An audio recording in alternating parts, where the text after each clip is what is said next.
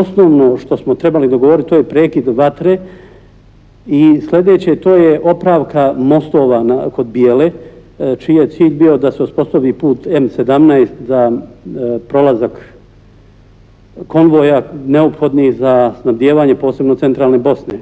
Sastanak je održan na 17. septembra na aerodromu zajedno sa generalom Petkovićem koji je bio tada na čelu HVO. Mi smo potpisali prekid sukoba, puštanje zarobljenika i niz drugih aktivnosti posebno vezani za opravku puta M17. Za taj dan je vezana jedna epizoda, a to je, ja sam morao iz Tuzle doći na taj sastanak i da bih se vratio ponovo u Tuzlu morao sam u otvorenom automobilu proći preko Ilidže, Kasindolskom, preko Kobiljače zajedno sa brigadirom Hejsom da bi stigao ponovo na helikopter Umprofora koji me je vratio nazad u Tuzlu.